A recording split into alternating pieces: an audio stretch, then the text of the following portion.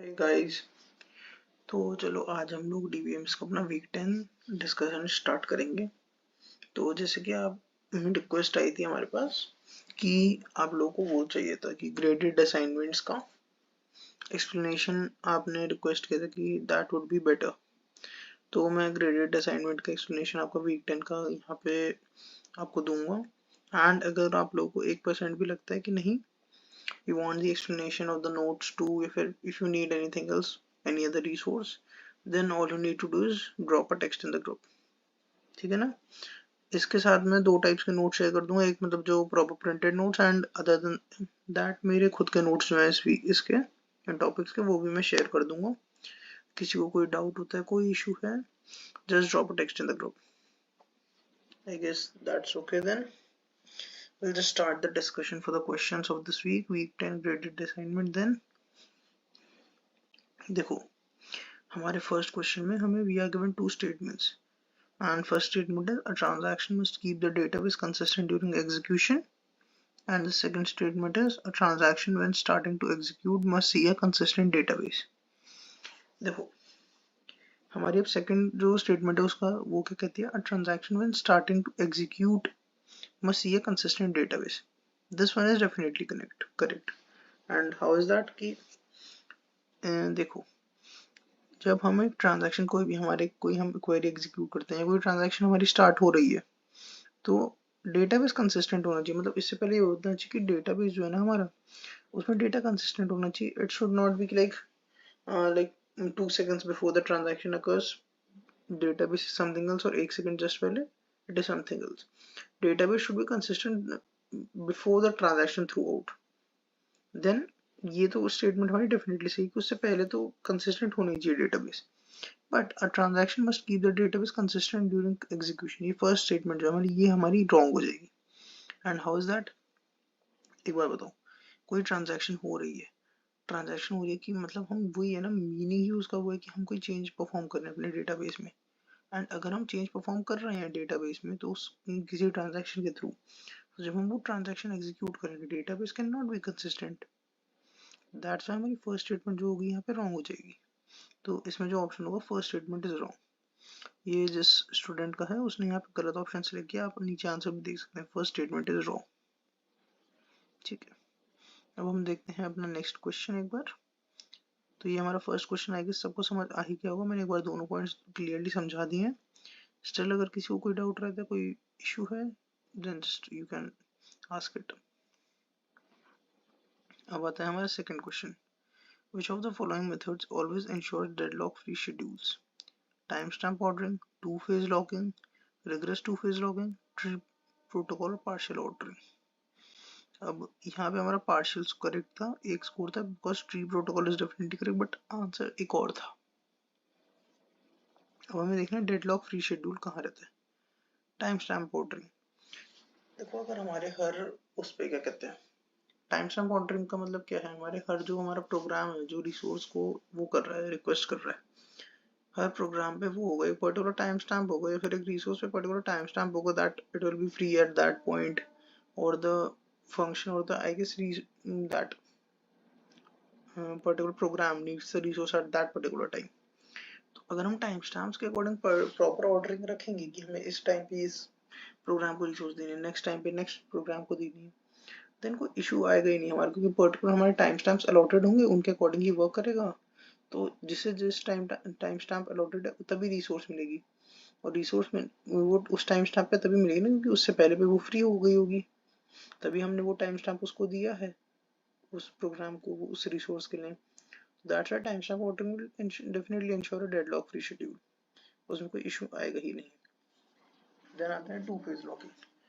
To phase locking क्या है, like we send the data, we receive the data, और kind of like we over है कि we issue the resource, we retrieve the resource back. अब यहाँ पे क्या होता है, जैसे अपन ने टू फेज लॉगिंग में रिसोर्स वो कर दी, उसे रिसोर्स को मतलब लाइक अलॉट कर दिया एक प्रोग्राम को। Now it is locked over the resource, and until and unless the program is completely finished, उसकी रिक्वेस्ट गई, वो फिनिश कंप्लीट हुआ, फिनिश हुआ, सब like all the procedure is complete, the resource won't be finished, वो lock हो जाती है वहां पे। अब ड्यूरिंग दैट टाइम अब जब वो एग्जीक्यूट हो रही है एक प्रोग्राम, ये भी तो हो सकता है ना सेकंड हमारा प्रोग्राम है वो उस रिसोर्स को रिक्वेस्ट कर दे, तो in that case they will definitely be a deadlock, क्योंकि पहली रिसोर्स हमारी उधर लॉक हो चुकी है। यहाँ पे हमने कोई टाइम स्टैम्प नहीं दिया, वो कभी भी दूसरा प्रोग्राम जब एग्जीक्यूट होगा तो तभी उसका हमारा वो जो होगा रिसोर्स, जब भी वो रिक्वेस्ट करेगा तभी वो डेडलॉक क्रिएट हो जाएगा। तो टू फेज लॉक में डेडलॉक हो सकता है। rigorous two phase locking, just like the first one, two phase locking ये होती है, the process is more and more strict, just that's the difference. No major differences, so not needed an explanation. तो simply rigorous two phase locking में भी again हमारा वही होगा कि डेडलॉक हो सकता है। फिर आता है ट्री प्रोटोकॉल या फिर पार्शियल ऑर्डरिंग।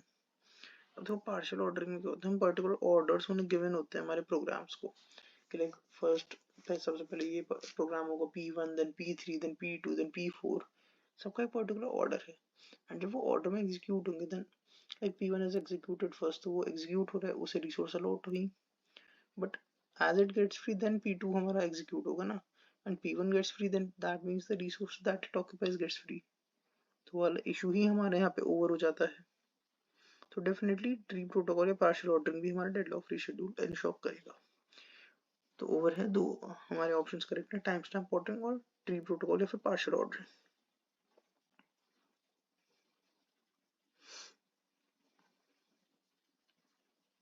देखो एक हमें गिवन है शेड्यूल एस, ये शेड्यूल है, इसको हम क्वेश्चन 3 एंड 4 दोनों में ये यूज करने वाले हैं। ठीक है, हम देखेंगे पहले T1 ट्रांजैक्शन, T2 ट्रांजैक्शन है, इसमें T1 में पहले रीड हो रहा है A, देन T2 में रीड B, इधर write A, read A, write A, write B, then read B, write B, this is all मतलब गिवन है। अब हमें बताना है which of the following is true for schedule S हमारा। देखो अब यहाँ पे हमें जो ऑप्शन दिए गए हैं अगर हम उन्हें देखें, ऑप्शन में गिवन है हमारा क्या, सबसे पहला है schedule S is conflict serializable, then schedule S is view serializable, then schedule S is not conflict serializable, then schedule S is not view serializable।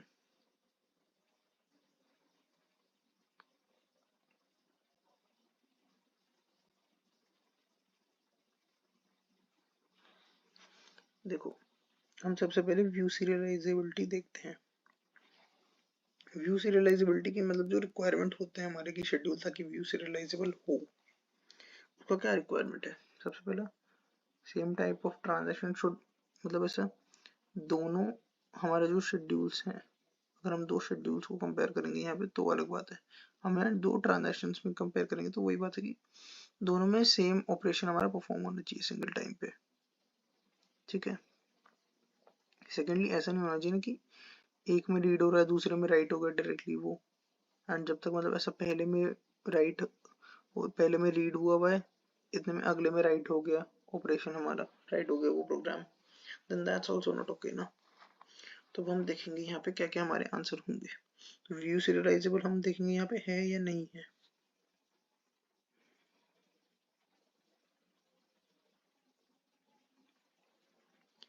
देखो जैसे यहाँ पहले रीड ए हुआ T1 में, इधर रीड बी, यहाँ राइट ए हो गया, यहाँ रीड ए देन राइट ए, तो हमारा राइट ए जो है यहाँ पे राइट ए हुआ, यहाँ राइट ए हुआ, ये दोनों एक काइंड ऑफ वैसे हो गए ना हमारे एक जैसे कॉन्सिक्वेंट टाइम में ही they will be like together, वो उधर भी वहां पे भी राइट ए हो रहा है, इधर भी राइट ए हो रहा है, तो definitely these two transactions are not equal. अब हम देखते हैं बी के लिए, यहाँ रीड बी हुआ, यहाँ राइट बी हो गया, फिर रीड बी राइट बी, वही सेम जैसे राइट ए हमारा हो रहा था इधर इधर दोनों साइड, वही राइट बी भी हो रहा है। तो अगर हम यहाँ देखेंगे तो ये डेफिनेटली व्यू सीरियलाइजेबल तो हमारा नहीं है। तो ये लास्ट ऑप्शन जो है schedule S is not view serialisable, ये हमारा करेक्ट हो गया। और हम देखेंगे कॉन्फ्लिक्ट सीरियलाइजेबल। अब देखो कॉन्फ्लिक्ट सीरियलाइजेबिलिटी क्या होती है।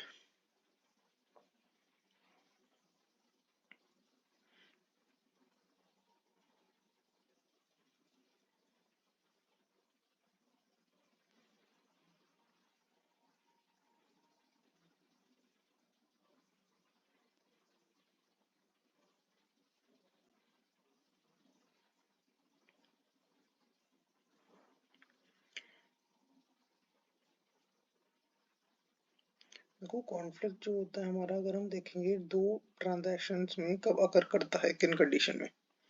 अगर तीन में से कोई एक ऑपरेशन हो रहा हो उन दो के बीच, कि पहले में रीड देन सेकंड में राइट, या पहले में राइट देन सेकंड में रीड, या फिर मतलब रीड राइट, राइट रीड, या राइट राइट। अगर सेम उस पे हमारे प्रोग्राम पे ये ऑपरेशन परफॉर्म हो रहा है तो यहाँ पे कॉन्फ्लिक्ट सीरियलाइजेबिलिटी आती है हमारी। ठीक है, अब यहाँ पे अगर आप देखोगे रीड ए हुआ, read B, R A R B, कोई दिक्कत नहीं है मेरा, R B R W A, यहाँ पे भी दिक्कत नहीं है। क्यों दिक्कत नहीं है अब हमारी, क्योंकि ये शेड्यूल सी मतलब ये अलग अलग प्रोग्राम पे फंक्शन कर रहा है। देन यहाँ पे जब हमारा राइट हो गया उसके बाद ये रीड हो रहा है, नॉट एन इशू।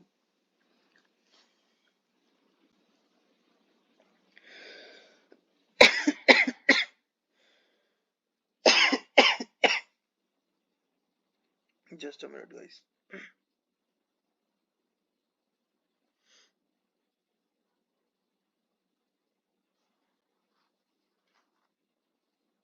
अब देखो यहाँ राइट ए है, यहाँ राइट रीड ए है, तो राइट रीड वाली कंडीशन आ गई। अब हम अगर इसे स्वैप करेंगे यहाँ पे, हम इन ये अब ये नॉन कॉन्फ्लिक्टिंग ऑपरेशन है हमारे, अब हम अगर इन्हें स्वैप कर देंगे,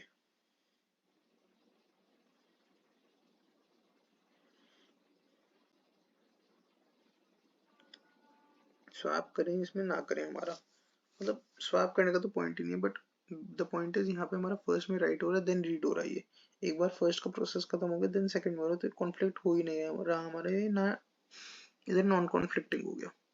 कॉन्फ्लिक्टिंग तब होता जब ये जैसे यहाँ पे रीड ए है और फिर यहाँ पे राइट ए आ जाता पहले, that would have been conflicting. Then हम देखते हैं यहाँ पे रीड ए हुआ, यहाँ राइट ए हुआ, यहाँ राइट बी हो गया, राइट बी के बाद हो रहा है यहाँ पे रीड बी, तो ये भी कोई कॉन्फ्लिक्ट हमारा नहीं आएगा, अकर नहीं करेगा हमारा, तो read B then write B, तो यहाँ पे कॉन्फ्लिक्ट भी हमारा नहीं आया, तो कॉन्फ्लिक्ट सीरियलाइजेबल भी नहीं है, तो schedule S is not conflict serializable. Very I guess should be very clear now. कोई डाउट किसी को आता है then definitely can post on the group. Then अब हम अपने नेक्स्ट क्वेश्चन को देखते हैं। Which of the following is correct, schedule is two phase lockable, schedule is not two phase lockable. एक बार तुम लोग खुद एनालाइज करो, एक I'll give you 10-15 seconds, तो ये बात तुम एक बार खुद देखो, फिर मैं एक बार एक्सप्लेन करता हूँ।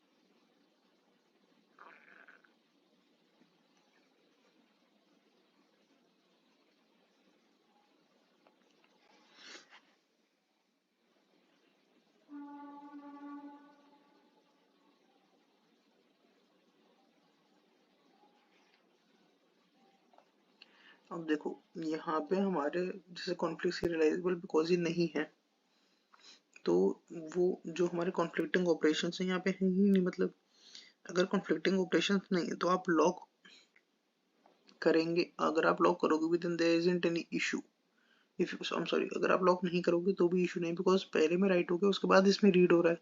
सिमिलरली पहले जब यहाँ पे राइट हो गया बी देन इसके बाद यहाँ रीड हो रहा है, कॉन्फ्लिक्ट है ही नहीं, तो यहाँ लॉकिंग की जरूरत ही नहीं है, that means it is not two phase lockable, very simple. अब schedule is serializable, schedule is not serializable, हम यहाँ देख ही चुके हैं कि ना ही ये व्यू सीरियलाइजेबल है ना ही conflict serializable, that is very clear, then schedule is not serializable. I guess this should be very clear. एक बार मैं लॉकेबल एक बार दोबारा बताता हूँ फिर भी, सिंस यहाँ पे हमारा पहले रीड हो रहा है और राइट हो रहा है, दोनों सेम ट्रांजैक्शन में पहले करोगे उसके बाद सेकंड ट्रांजैक्शन में वही प्रोग्राम हमारा रीड हो रहा है, प्रोग्राम या रिसोर्स रीड या फिर रीड एंड राइट हो रहा है, उसके बाद एक में प्रोसेस कंप्लीट हो गया उसके बाद सेकंड में हो रहा है, तो यहाँ पे लॉकिंग की नीड ही नहीं है, हमारी नीड नहीं है, तो then it is not lockable. अब चलिए हम नेक्स्ट क्वेश्चन पे आते हैं।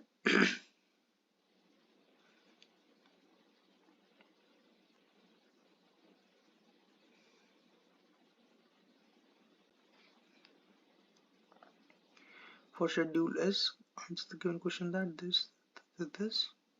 Which of the following is the correct choice? I'll give you 1 minute guys. एक बार खुद ये बनाओ पेपर पेन पेपर पे और सॉल्व करके देखो, देन मैं एक बार एक्सप्लेन करूंगा इसे.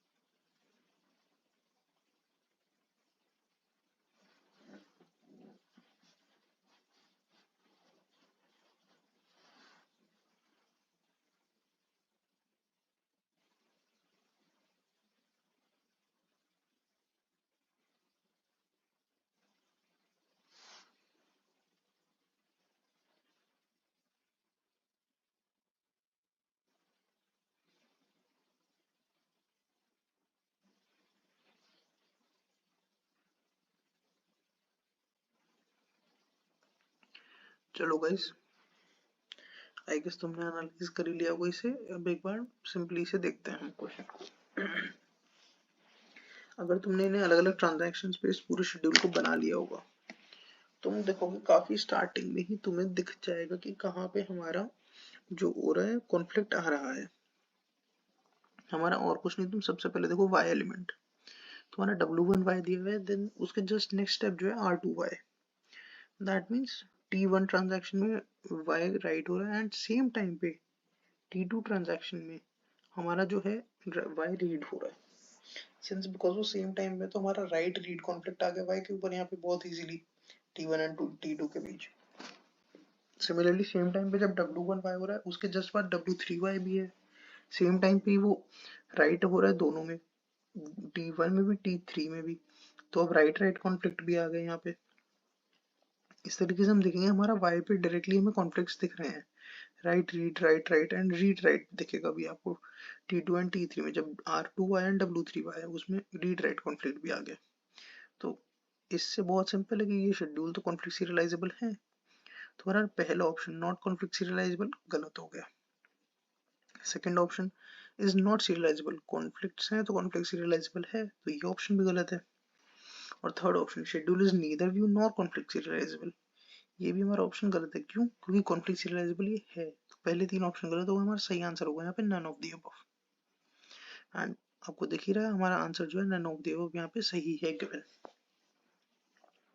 अगर फिर भी किसी को डाउट हो, आई विल सजेस्ट एक बार पूरे शेड्यूल को एक बार पेन एंड पेपर लेके आप बनाओ प्रॉपर अपना. ऐसा t1 t2 t3 सारे ट्रांजैक्शंस लिखो टिल t5, सब में ऑपरेशंस लिखो one by one and then analyse करो एक बार. जिस तरीके से बताया वैसे ही एनालाइज करो एक बार कि राइट रीड ऑपरेशन वगैरह कहाँ कहाँ कॉन्फ्लिक्ट्स आ रहे हैं किन किन एलिमेंट पे, एंड देन एक बार अपने आंसर को फिर से चेक करो. चलो गाइस नेक्स्ट क्वेश्चन को देखते हैं. देखो ये आ गया हमारा नेक्स्ट क्वेश्चन. तो अब इसको आप एक बार ट्राई करो. I'll give you 1 minute again. उसके बाद हम अगला क्वेश्चन करें, उसके बाद मैं एक्सप्लेन करूंगा इसे.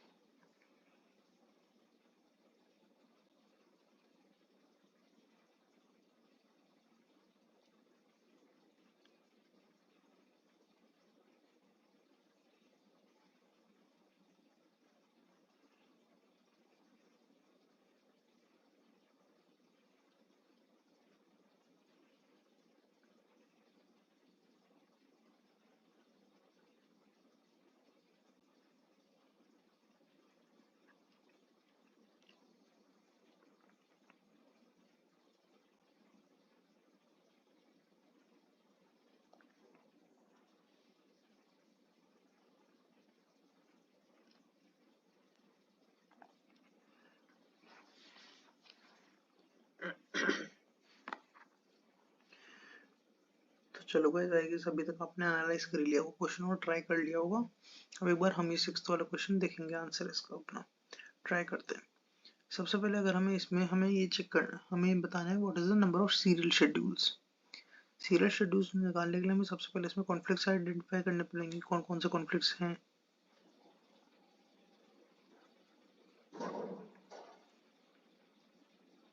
तो अब हम जैसे कॉन्फ्लिक्ट्स यहाँ पे आइडेंटिफाई करेंगे अपने, तो हमने जैसे पूरा टेबल अपना बना लिया, तो उसमें हम कॉन्फ्लिक्ट्स एक बार चेक करेंगे। तो सबसे पहला कॉन्फ्लिक्ट हमारा आ जाएगा W1P और R2P में। हमारे यहाँ राइट रीड कॉन्फ्लिक्ट आ गया सेम डेटा आइटम P पे T1 से T2 ट्रांजैक्शन में। देन नेक्स्ट इसके बाद देखेंगे हम W1P से W3P, once again write write conflict T1 to T3 हो गया।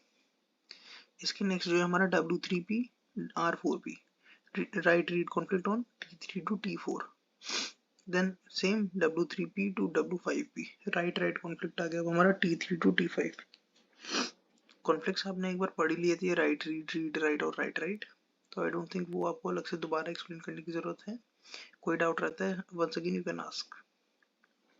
इसके बाद एक बार वो पता चल गया क्या क्या कॉन्फ्लिक्ट्स हैं। अब हम एक बार बनाएंगे अपना प्रेसिडेंस ग्राफ।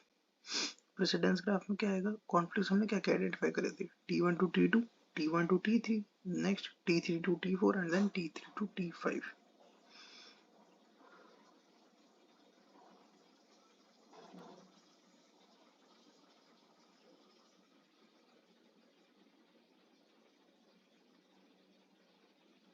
हमारे ये 4 कॉन्फ्लिक्ट्स थे। तो हम इसी के अकॉर्डिंग अपना ग्राफ बना लेंगे। अब अपना एक बार हमने ग्राफ बना लिया तो हम चेक करेंगे उसमें साइकिल्स तो नहीं है कोई, कि मतलब आपस में कोई ऐसा साइकिल तो नहीं बन जा रही, स्फीयर टाइप का तो नहीं बन जा रहा, कनेक्टेड तो नहीं है सारे आपस में। हम देखेंगे इसमें साइकिल हमारी कोई भी नहीं बन रही है इस ग्राफ के अंदर। तो अगर साइकिल नहीं बन रही तो हमारा शेड्यूल कॉन्फ्लिक्ट सीरियलाइजेबल है। चलो हमें ये तो पता चल गया, हमें वो पहले ही देख लिया था हमने, बट एक बार कंफर्मेशन मिल गया। अब हमें जब ये पता चल गया कॉन्फ्लिक्ट सीरियलाइजेबल है, अब हम निकालेंगे इसमें नंबर ऑफ सीरियल शेड्यूल्स। अब उसका मतलब क्या होता है, हमें ये काउंट करना है ऑल, मतलब हमारे जितने भी पॉसिबल वो हैं ऑर्डर्स जिससे हम प्रेसिडेंस ग्राफ बना सकते हैं, उससे हम निकालते हैं अपना नंबर ऑफ सीरियल शेड्यूल्स। अब वो कैसे देखेंगे, ग्राफ में अगर आप देखोगे जो हमने इससे पहले प्रेसिडेंस ग्राफ बनाया था उससे देखो, तो आपको समझ आएगा कि T1 जो है हमारा वो T2 और T3 दोनों से पहले आकर होना चाहिए, ताकि हम T1 से T2 एंड T1 से T3 इन दो कॉन्फ्लिक्ट्स को वो कर सके, अपना रिजोल्व कर सके। एंड सिमिलरली T3 जो है वो T4 और T5 से पहले होना चाहिए, ताकि T3 टू T4 और T3 टू T5 ये दो कॉन्फ्लिक्ट्स भी हमारे रिजोल्व हो जाएं। तो अब मैं आपको यहाँ पे दो शेड्यूल्स बताता हूँ वैलिड, मतलब दो शेड्यूल्स पॉसिबल जो हो सकते हैं, T1 then T3 then T2 then T4 then T5।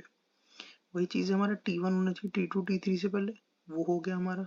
T3 होना चाहिए T4 T5 से पहले, हमारे पहले में वो भी हो गया। I'll repeat once again, T1 to T3 then T2 then T4 then T5 हमारा इसमें सॉल्व हो गया।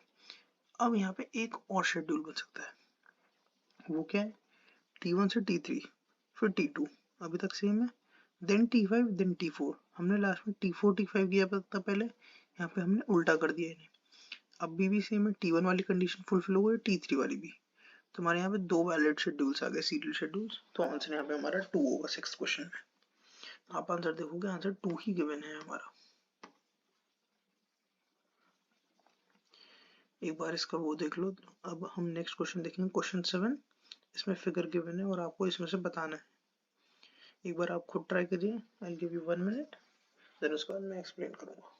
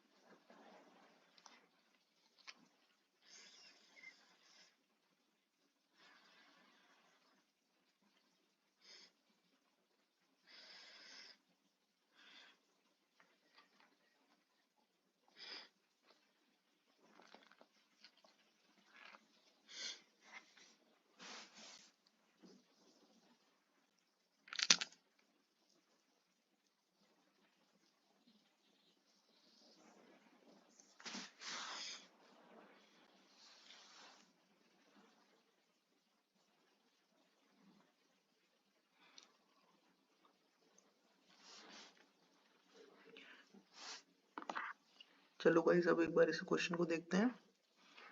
तो हमें बताना है अभी शेड्यूल हमारा रिकवरेबल है या नहीं। सबसे पहले तो ये देखते हैं। अब हम देखो रिकवरेबल जो होता है शेड्यूल हमारा किस कंडीशन में होता है, सबसे पहले हम ये बताएंगे आपको।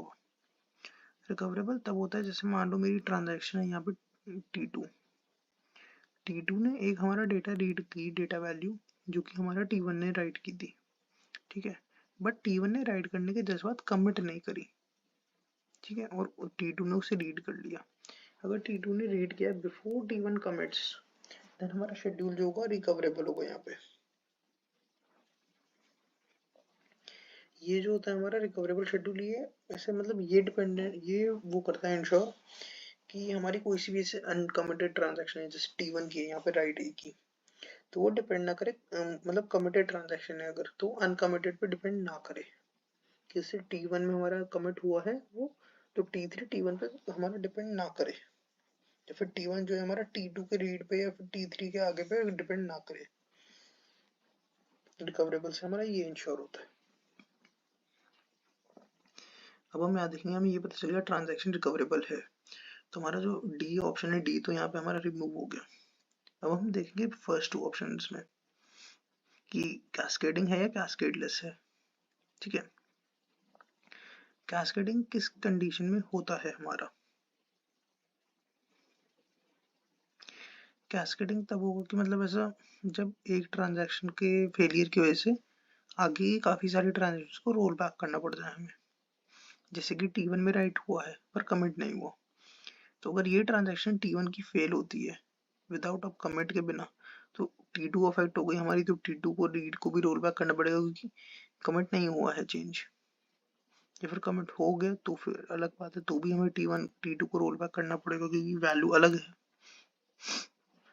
या फिर जैसे T1 में कमिट हुआ है और ये ट्रांजैक्शन रोल बैक और ये ट्रांजैक्शन फेल होती है, तो हमारे इसके जस्ट नेक्स्ट T3 की राइट भी फेल होगी, देन उसके नेक्स्ट T2 की राइट भी फेल होगी, तो इस वजह से मल्टीपल ट्रांजैक्शन जो है वो रोल बैक होंगी। तो इसका मतलब ये हो गया हमारा कैस्केडिंग शेड्यूल, क्योंकि इसके ऊपर आगे की ट्रांजैक्शन डिपेंडेंट है। तो ये हमारा शेड्यूल सीधा सीधा जो है कैस्केडिंग शेड्यूल हो गया। तो यहाँ पे हम कैस्केडिंग रोल बैक अपना यूज कर सकते हैं। Schedule is recoverable with cascading roll back, ये होगा हमारा आंसर। देखो आंसर सही है हमारा। बट मैं एक बार आपको बताऊंगा कैस्केडलेस भी क्या होता है, वो भी बताते हैं। कैस्केडलेस तब होता है कि अगर कोई भी ट्रांजैक्शन वो वैल्यू रीड ना कर रही हो जो कि एक अनकमिटेड ट्रांजैक्शन ने लिखी है। यानी जैसे यहाँ पे T1 ने राइट ए करा सबसे पहले, फिर T2 ने उसे जस्ट उसके बाद रीड कर लिया, तो T2 ने रीड करा एक वैल्यू जो अनकमिटेड ट्रांजैक्शन T1 ने लिखी थी। तो अगर ये वाली चीज मान लो कमिट होने के बाद रीड करता तो फिर तो वो कैस्केडलेस होता, बट क्योंकि उसने रीड कर लिया पहले ही, तो वो कैस्केडलेस नहीं है। स्ट्रिक्ट में क्या होता है कि दूसरी ट्रांजैक्शन रीड ही नहीं कर सकती पहले के कमिट करने से पहले, बट यहाँ T1 ने राइट किया और कमिट नहीं किया है और T2 ने कर लिया रीड, तो यहाँ पे हमारी स्ट्रिक्ट भी नहीं हुई। अगर T1 के राइट के बाद पहले कमिट होता और फिर T2 का रीड, देन डेफिनेटली ये ट्रांजैक्शन हमारी वो होती स्ट्रिक्ट। तो हमारे सारे ऑप्शन यहाँ पे हमने देख लिए। तो हम एक बार नेक्स्ट क्वेश्चन देखते हैं। देखो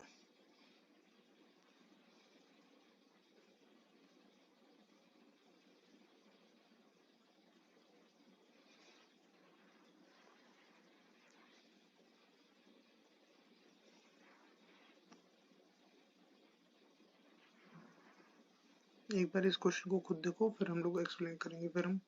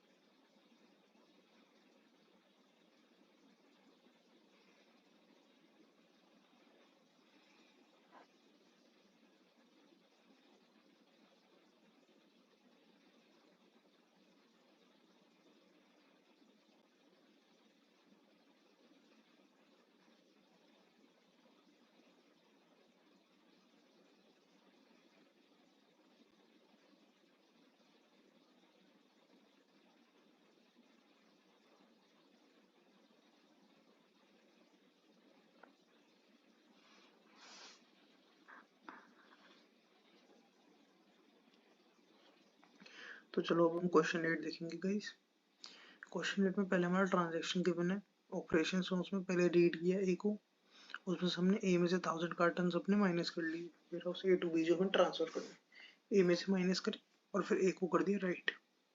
ए के राइट के बाद हमने बी को रीड किया, बी में 1000 ऐड करे वेयर हाउस में एंड देन बी को कर दिया राइट। काफी सिंपल ऑपरेशन है।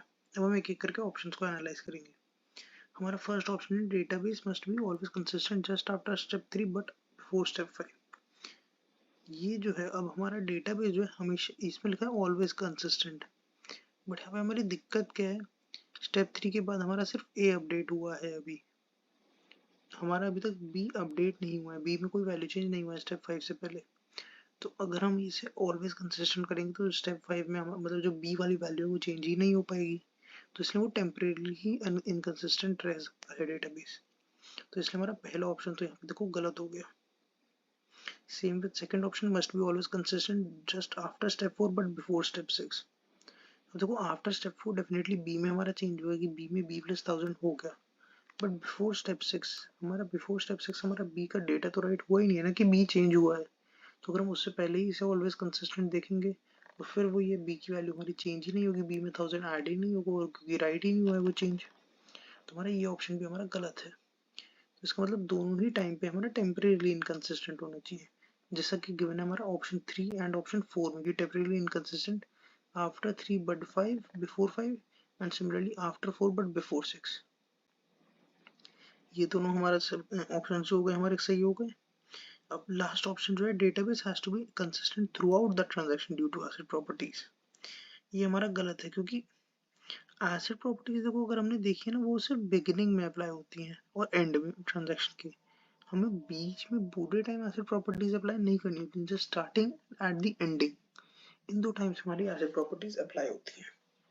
तो इसलिए हमारा ऑप्शन जो है option third may be temporarily inconsistent before step after step 3 but before step 5 और may be temporarily inconsistent after step 4 but before step 6, ये दो ऑप्शन हमारे सही हैं। देखो नीचे भी हमारी यही दो सही है। तो चलो हम नेक्स्ट क्वेश्चन देखते हैं।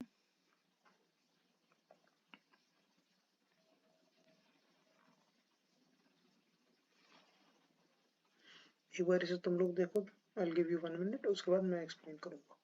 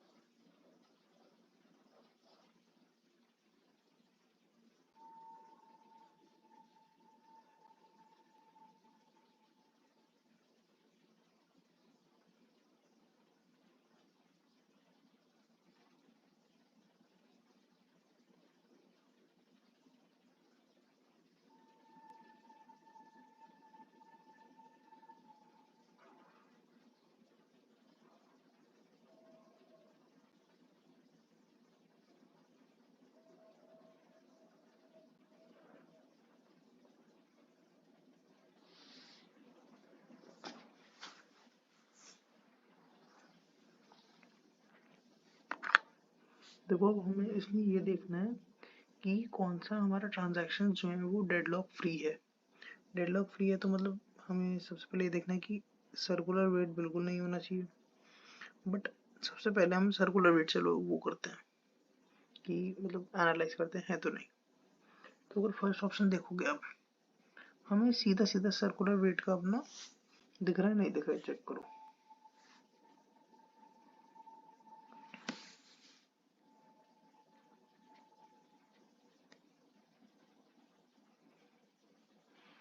देखो फर्स्ट ऑप्शन में हमारा सीधा सीधा एक सर्कुलर वेट हमें दिख रहा है। अब वो कहाँ दिख रहा है? देखो T3 टू T5 एक वेट है, T5 टू T4 एक वेट है, और T4 टू T3 है। तो T3 waits for T5, T5 waits for T4 and T4 waits for T3.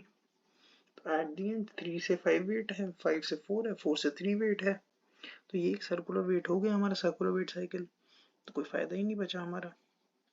यहाँ पे हमारा सर्कुलर वेट हो गया, तो डेफिनेटली ये ऑप्शन गलत है, डेडलॉक फ्री नहीं है ये। अब अगर अपन सेकंड ऑप्शन देखेंगे, बहुत सिंपल है। सेकंड ऑप्शन में देखो T5 टू T1 है एक वेट, फिर T1 से है T2, T2 से T3, T3 से T4, T4 से T5 एंड T5 से फिर वापस T1। तो ये तो सारी ट्रांजैक्शन में आपस में एक सर्कुलर वेट हो गया, तो ये भी ऑप्शन हमारा गलत हो जाएगा। देन आते हैं थर्ड ऑप्शन पे। थर्ड ऑप्शन में तुम ये देखो, कहीं सर्कुलर वेट गिवन है क्या? T4 से T3 वेट है, T3 में कोई वेट ही नहीं है, तो ऑप्शन ही खत्म है। तो मतलब जिन जिन ट्रांजैक्शंस का वेट T3 में है वो तो ऑप्शन ही खत्म हो गया हमारा, कोई T3 का कोई वेट ही नहीं है। फिर आते हैं T1 से T2 वेट है, T2 से T1 नहीं है, T1 से T4 वेट है, T4 से T1 भी नहीं है। T1 के हमारे सारे वेट्स खत्म हो गए। T2 से T3 नॉट वैलिड क्योंकि T3 का नहीं है। सिमिलरली T4 का भी इनवैलिड हो गया।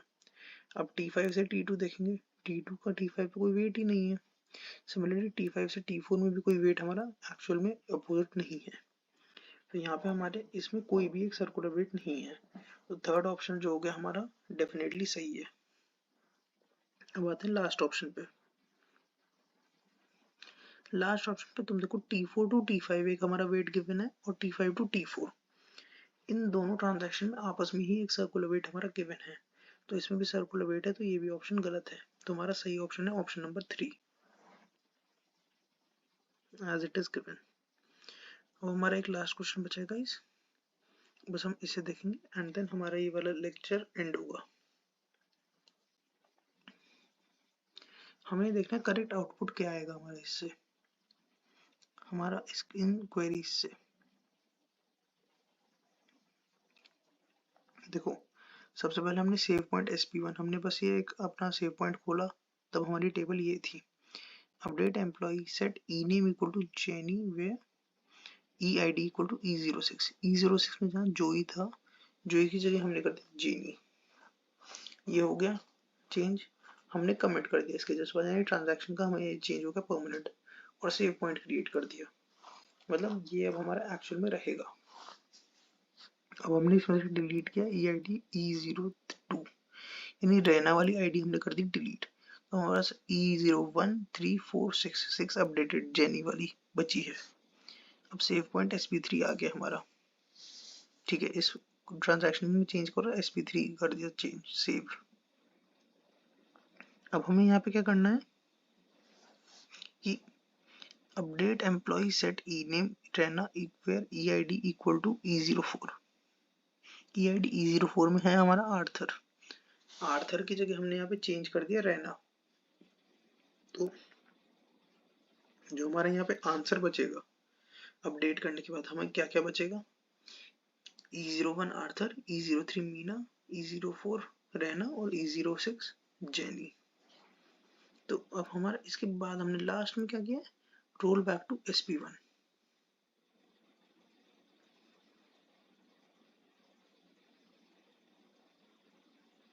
ठीक है, SP1 पे जब मैं अब करूँगा यहाँ पे रोल बैक अपना, तो मेरा आंसर क्या होना चाहिए। देखो SP1 पे रोल बैक कर लिया, तो SP1 में हमारी बस एक ही ट्रांजेक्शन अगर हुई थी, वो है E06 का नेम चेंज, क्योंकि डिलीट जो हमारी हुई है और E04 अपडेट हुई है, दोनों हमारा SP1 के कमिट के बाद हुई है, SP2 और SP3 में रेस्पेक्टिवली। तो हमारा SP1 के रोल बैक पे अगर हम SP1 पे रोल बैक कर जाते हैं, तो ये हमारी ट्रांजैक्शंस हमारी रोल बैक हो गई, ये दोनों हमारी चेंज हो गई वापस। तो हमारा एक ही चेंज है बस, सारे टेबल में सारे रिकॉर्ड्स में बस E06 में हमारा नेम चेंज हो गया जेनी। तो आंसर जो होगा हमारा, आंसर होगा ऑप्शन नंबर हमारा फर्स्ट। 1 2 3 4 तो सेम है, E06 में नेम जेनी चेंज हो गया एज इट इज गिवन। तो गाइस ये था हमारा क्रेडिट असाइनमेंट का डिस्कशन फॉर वीक 10। अगर इसके बाद कोई डाउट बचता है तो आप डेफिनेटली कांटेक्ट कर सकते हैं ग्रुप पे, you can drop a text any time. चलो, thank you guys, bye bye.